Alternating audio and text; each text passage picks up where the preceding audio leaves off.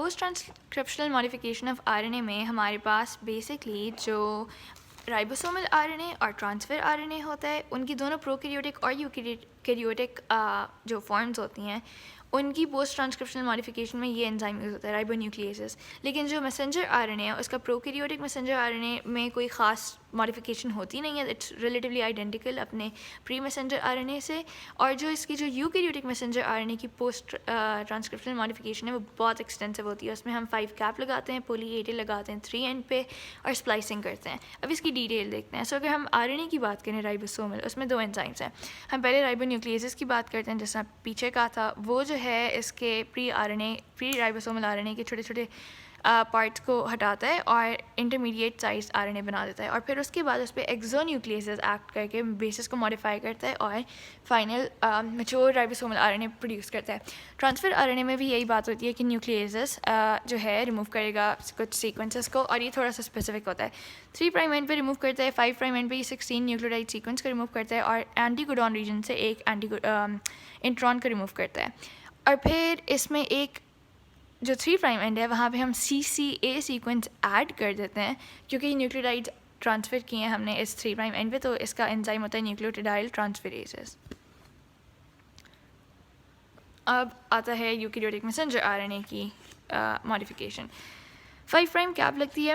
होता ये है कि हम चाहते ही हैं कि जब ये मैसेंजर आरएनए जाए न्यूक्लियस से बाहर साइटोसोल में, ताकि ट्रांसलेशन हो सके, तो इसके ऊपर कोई न्यूक्लियस एक्ट ना करें। तो उसको न्यूक्लियस से रेजिस्टेंट बनाने के लिए हम जो है इसके ऊपर ये कैप लगाते हैं, और वो लगती बाय गुआनिलाइल ट्रांसफरेजेस एंजाइम है, क्योंकि हम एक GMP का मॉलिक्यूल इस पर लगाते हैं। हम बेसिकली उसके 5 प्राइम एंड से एक फॉस्फेट ग्रुप हटाते हैं, और फिर हम इस पर लगा देते हैं GMP, ठीक है।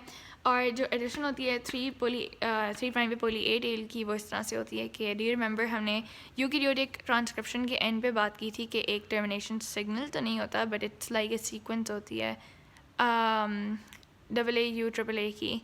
तो ये जो पोली एडेनाइल सीक्वेंस थी, जिसको फिर पॉलीमरेजेस की 2 उन स्पेसिफिक प्रोटीन्स ने डिटेक्ट किया था या व्हाटएवर, तो वो बेसिकली इस सीक्वेंस के डाउन स्ट्रीम क्लीव करता है पहले, और फिर यहाँ पे ATP को एज ए सबस्ट्रेट यूज़ करके यहाँ पे पोली ए टेल बना देता है, ये वाला एंजाइम पोली एडेनाइलेट पॉलीमरेजेस, क्योंकि वो सिंथेसाइज करे न्यूक्लियोटाइड सीक्वेंस यहाँ पे मतलब मल्टीपल एस की, तो हम पॉलीमरेजेस कहेंगे और पोली एडेनाइलेट है, ठीक है। काफ़ी सिंपल सी बात है। लास्टली स्प्लाइसिंग होती है। स्प्लाइसिंग का कॉन्सेप्ट ये है कि हम इंट्रॉन्स को रिमूव करते हैं और रिमेनिंग एक्सॉन्स को रीजॉइन कर देते हैं। एक्सॉन्स क्योंकि कोडिंग होते हैं प्रोटीन्स के लिए, तो वो हमारे काम के, और इंट्रॉन्स नॉन कोडिंग होते हैं प्रोटीन्स के लिए, तो हम हटा देते हैं। इसमें बस स्प्लाइसोसोम का आपको नाम पता होना चाहिए। ये वो मशीनरी या व्हाटएवर कह लो कि होता है, दी मॉलिक्यूलर कॉम्प्लेक्स है जो कि ये स्प्लाइसिंग अचीव करता है गोल। और लास्टली इसमें स्मॉल न्यूक्लियर आरएनए का रोल ये होता है कि ये छोटी छोटी राइबो न्यूक्लियर प्रोटीन्स बनाते हैं, called SNRPs, which stands for small nuclear ribo nuclear proteins, ठीक है। ये 5 होती हैं 1 से 6 तक, लेकिन इसमें 3 नहीं होता। So basically U1 U2 U4 U5 और U6 होता ये है कि ये जो यूज़ हैं ये जो SNRPs हैं, ये बेसिकली अगर एक लेट्स से ये आपके पास ये एक्सॉन 1 है और ये एक्सॉन 2 है, और दरमियान में ये इंट्रॉन है, ठीक है। तो ये इंट्रॉन के दोनों एंड्स पे कंसेंसस सीक्वेंसेस के साथ बाइंड कर जाती हैं, और फिर नेबरिंग एक्सॉन्स को रीअलाइन कर देती हैं, मतलब अलाइन कर देती हैं करेक्ट ऑर्डर में, ताकि फिर वो रीजॉइन होके काम वाली चीज़ बन सके। यहाँ पे ये डिटेल थी, आई डिडंट रीड दिस, ये मिस है। ऑल्टरनेटिव स्प्लाइसिंग का कॉन्सेप्ट ये होता है कि अगर एक प्रोटीन के लिमिटेड नंबर ऑफ जीन्स हैं, तो हम उस जीन की वेराइटीज़ उस प्रोटीन की वेराइटीज़ बनाने के लिए ऑल्टरनेट तरह से स्प्लाइस करते हैं कुछ, और ये टिश्यू स्पेसिफिक होता है। किसी टिश्यू में हम उसके कुछ इंट्रॉन्स को रिमूव कर देंगे, किसी और टिश्यू में किसी और इंट्रॉन्स को रिमूव कर देते हैं, तो फाइनल प्रोडक्ट में वेरिएशंस आती हैं, ठीक है।